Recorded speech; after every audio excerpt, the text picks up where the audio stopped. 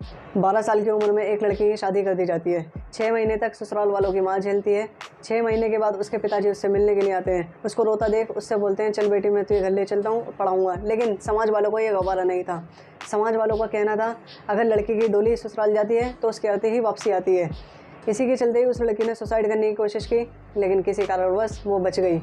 और उसके चाचा ने उसे समझाया कि बेटा, अगर तुमने सुसाइड कर ली तो ये समाज वाले तुम्हारे पापा को जीने नहीं देंगे, कहेंगे तुम्हारी लड़की में कुछ ना कुछ खोट था।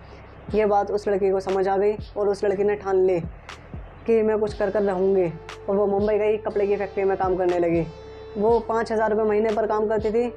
और कुछ समय बाद उसके पिताजी की जॉब छूट गई और उसकी बहन को कैंसर हो गया। कैंसर से जूझ रही थी। उसकी कम सैलरी होने के बाद, कम सैलरी होने की वजह से वो अपनी बहन का इलाज ना करा पाई। वो समझ गई, अगर आपके पास में पैसा नहीं है तो आपकी आंखों के सामने मर जाएंगे। इसी के चलते ही उसने 50,000 का लोन बैंक से लिया और एक बुटीक खोला। और जो उसके जैसे ही युवा थे, बेरोजगार युवा थे, उनका साथ देना शुरू कर दिया। धीरे धीरे वो उस एरिया में इतना फेमस हो गई कि उसको एक कॉन्ट्रैक्ट मिला प्लॉट खाली कराने का।